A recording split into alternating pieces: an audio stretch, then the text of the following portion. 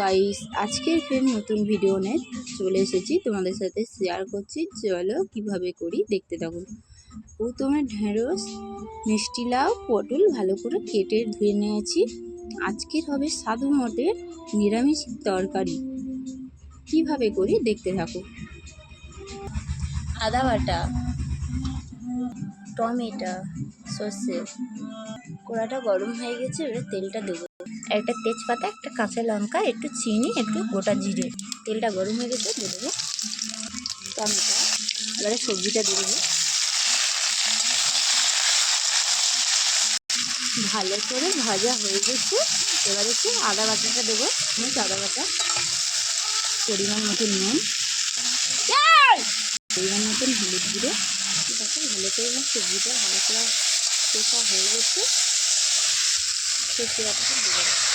আবার জল দিয়ে দিচ্ছি, ভালো করে কষানো হয়ে গেছে। আমার তরকারিটা হয়ে গেছে, এবারে লাভিয়ে নেবো।